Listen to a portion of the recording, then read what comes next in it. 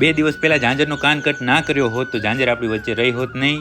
જય માતાજી મિત્રો. સવારના 5 પર પહોંચી સૌ પ્રથમ આઈસીયુ વોર્ડમાં. વોર્ડની અંદર આવી મેં જોયું તો 50% પતરા ચડાવવાનું કામ થઈ ગયું તો ઓકે, પશુઓ બધા વોર્ડ બનશે ત્યારે આની અંદર રહેવા આવશે, પણ આને તો એની પહેલા શ્રી ગણેશ કરી નાખ્યા. પછી મેં અને મારી ટીમે વિચાર્યું કે અમે ચડશું આ પતરા ઉપર. તો સૌ પ્રથમ વાલાએ ચડવાનું ચાલુ કર્યું. હાઈટ હતી 30 ફૂટ, એટલે ઓય માડીને ઓય બાપા, ઓય માડીને ઓય બાપા થઈ ગયું ઉપર ચડતા. અને એના પછી તો હું એ ભગવાનનું નામ લેતા પહોંચી ગયો ઠેઠ ઉપર. પતરા ઉપર ચડ્યા બાદ પાંજરાપોળનો નજારો કંઈક આવો હતો. આ તો ડીપો, આ હતી આપણી હોસ્પિટલ, અને આ પતરા લઈ આવવાનું કામ તો ચાલુ જ હતું. અને અહીંયા ઉપરથી જૂના આઈસીયુ વોર્ડનો નજારો પણ કંઈક આવો હતો. અને આ રાપરની અંદર લગાવેલો રાષ્ટ્રધ્વજ પણ અહીંયાથી જબર ઉપર લાગતો હતો. ભાઈ જય હિન્દ જય ભારત. આઈસીયુ વોર્ડ ઉપરથી જે દેખાતું હતું બધું જોઈ લીધું, ને હવે ઉતરવાનો સમય થઈ ગયો હતો. ચડ્યા ત્યારે ઉભે એમને આવી ગયા હતા, પણ હવે બેસી જવાનો સમય હતો. જેમ બીતા ચડ્યા હતા એમને બીતા ઉતરી ગયા, અને એક નીચે ઉતરીને હાસ અનુભવીને ભગવાનનો આભાર માન્યો, કારણ કે જે ઉપર બીક લાગી છે. ઓહો. પછી હું આવી ગયો આપણી ગૌશાળાએ આવી સૌ પ્રથમ રાણી કાશીને જોઈ, બધાને બપોરની નીણ કરી આવી ગયો હું ફરીથી પાંજરાપોર. અને પાંજરાપોર આવી ગયો હું સીધો ગાભણી અને પાકડી ગાયોના વાડામાં, કારણ કે આપણી ઝાંઝરની 2 દિવસ પહેલા તબિયત બરાબર રહી નથી, એટલે એને ચેક કરવા. રાત્રે અચાનક ઝાંઝરનું બ્લડ પ્રેશર હાઈ થઈ ગયું, જેથી પાલાએનો કાન કટ કરી નાખ્યો, ત્યાંથી બ્લડનો ફ્લો બધો નીકળી ગયો, ઝાંઝર બચી ગઈ. આજે ભગવાનની દયાથી એક આપણો અનમોલ રતન બચી ગયું, નહીંતર આપણે એને ખોવું પડે. તો ભલે મિત્રો આજનો સરસ મજાનો દિવસ પૂરો, સરસ મજાનો વ્લોગ પૂરો. લાઈક, કોમેન્ટ, શેર કરવાનું તમે ભૂલતા નહીં.